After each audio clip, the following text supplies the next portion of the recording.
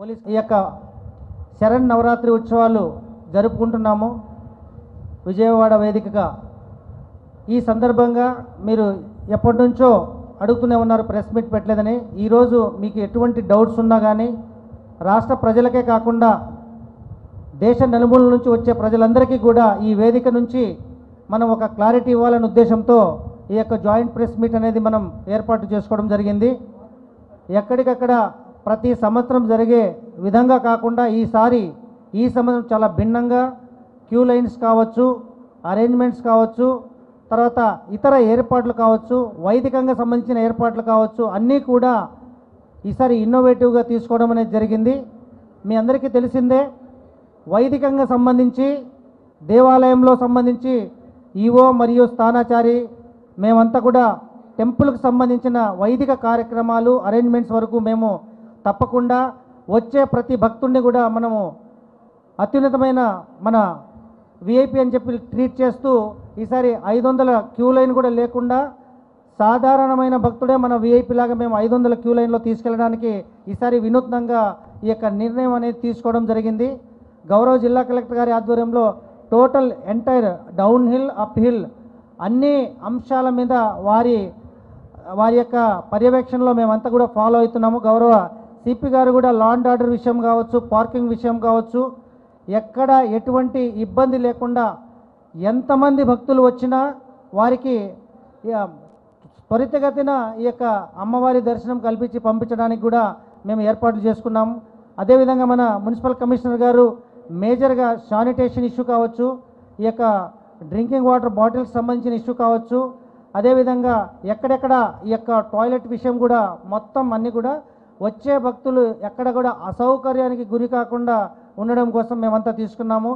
అదేవిధంగా మీరందరూ చూశారు నిన్న గౌరవ మంత్రివర్యులు, అదేవిధంగా గ్రూప్ ఆఫ్ మినిస్టర్స్ అందరూ కూడా మన ఎర్స్ట్వైల్ జిల్లా మంత్రులు, మన ఎండోమెంట్ మినిస్టర్ గారు, అదేవిధంగా రెవెన్యూ మినిస్టర్ గారు, హోమ్ మినిస్టర్ గారు అందరూ కూడా వచ్చారు. వారందరి యొక్క నిర్ణయం మేరకు కూడా కొన్ని కార్యక్రమాల్లో మార్పులు చేర్పులు చేసుకొని వచ్చే ప్రతి భక్తుడికి కూడా ఈజీగా దర్శనమయ్యి త్వరితగతిన బయటికి వెళ్ళేటట్టు కూడా మనము ప్లాన్ చేసుకోవడం జరిగింది. ఈసారి మనకు లడ్డూకి సంబంధించిన ఇబ్బందులు లేకుండా 3 సెంటర్లలో లడ్డూ తయారీ కేంద్రం, అదేవిధంగా అదనంగా ఈసారి 8 లడ్డు విక్రయ కేంద్రాలు కూడా తీసుకున్నాము. మనకు అన్నప్రసాదం స్వీకరణకు కూడా పెద్ద బిల్డింగ్ మన ఎదురుగానే మహామంటపం ఎదురుగానే ఆల్రెడీ ఈరోజు ట్రయల్ రన్ కూడా స్టార్ట్ చేసేసాం జరిగింది. సో ఎంతమంది భక్తులు వచ్చినా అన్నప్రసాదం స్వీకరణకు కూడా మనము ఏ లోటు లేకుండా చేయడానికి అన్ని ఏర్పాట్లు చేసుకోవడం జరిగింది. అదేవిధంగా ఏ భక్తుడైనా కానీ వచ్చిన క్యూ లైన్లో వారికి వాటరు, అదేవిధంగా వచ్చేటప్పుడు 11 రోజులు మనకు వినాయక మందిరం నుంచి అప్ టు టోల్ గేట్ దాటుకొని రాజగోపురం వరకు వచ్చే వరకు కూడా ప్రతి భక్తుడు యొక్క ఆధ్యాత్మికతను అమ్మకు సంబంధించిన అంటే కనకదుర్గమ్మ వారికి సంబంధించిన శ్లోకాలన్నీ కూడా ఏర్పాటు చేయడం జరిగింది. అంటే ఆ డివోషనల్ వాతావరణమే ఉండాలనే ఉద్దేశంతో 11 రోజులు జరిగే 11 అలంకారాలకు సంబంధించిన వచ్చే వారికి లెఫ్ట్ సైడు 11 అలంకారాలకు సంబంధించిన ఫ్లెక్సీలు, వెళ్ళేటప్పుడు కూడా 11 అలంకారాలకు సంబంధించిన ఫ్లెక్సీలు కూడా ఏర్పాటు చేసి పూర్తిగా ఈ యొక్క ఆధ్యాత్మికతకు కేంద్రం అని చెప్పేసి ఈ ఇంద్రకీలాద్రి కనకదుర్గమ్మ టెంపుల్ పరిసరాలన్నీ కూడా మనం చాలా కొత్తగా ఈసారి ఆలోచించుకొని అందరి సహకారంతో చేయడం అనేది జరుగుతుంది. మీ అందరికీ తెలిసిందే, వృద్ధులు వికలాంగులకు కూడా లడ్డూకు సపరేట్గా కౌంటర్ పెట్టాము. పోయినసారి 1 పెట్టారు, ఈసారి 2 రకాలుగా పెడుతున్నాము.